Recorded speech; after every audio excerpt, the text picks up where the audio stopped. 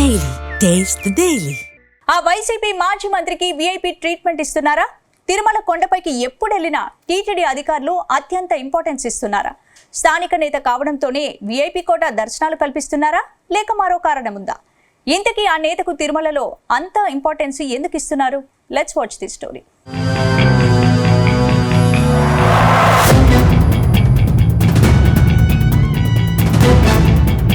మాజీ మంత్రి ఆర్కే రోజాకు తిరుమలలో వీఐపీ కోటాలో దర్శనాలు కల్పించడం వివాదాస్పదం అవుతోంది.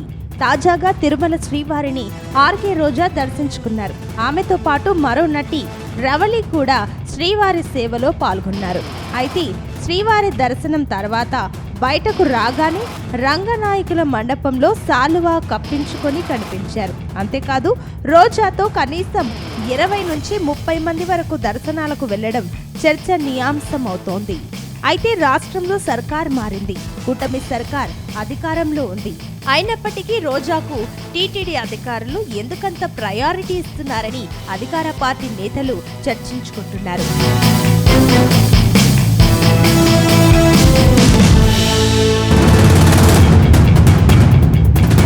ఈ మధ్య కాలంలో తిరుమల శ్రీవారిని రోజా నెలలో 2-3 సార్లు దర్శించుకుంటున్నారు.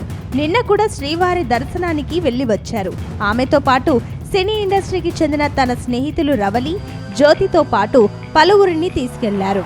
ఆమె గతంలో మంత్రిగా ఉన్నప్పుడు వీఐపీ దర్శన టికెట్ల వ్యాపారం చేశారన్న ఆరోపణలు ఉన్నాయి. విజిలెన్స్ రిపోర్టులో ఇవన్నీ బయటపడ్డాయి. అప్పట్లో ఆమె మంత్రిగా ఉన్నా సరే వారానికో రోజు తిరుమలలో ప్రత్యక్షమయ్యారు.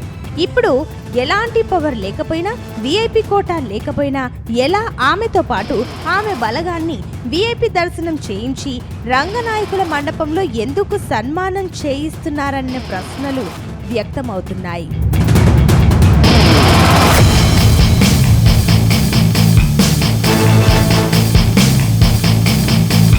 మరోవైపు రోజా దర్శనాలకు వీఐపీ కోటా లేదని తెలుస్తోంది. ఒకవేళ అలా వెళ్ళినా అది ఆమె ఒక్కరికే చెల్లుతుంది. కానీ రోజా మాత్రం దర్శనానికి భారీ బలగంతో వెళ్తున్నారు.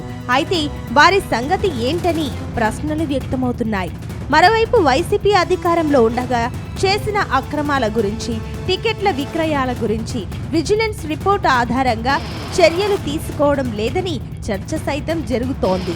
అటు ఆడుదాం ఆంధ్ర పేరుతో చేసిన విచారణ రిపోర్టును కూడా ఇంకా ఎందుకు పట్టించుకోవడం లేదని అధికార పార్టీ నేతలు గుసగుసలాడుకుంటున్నారు.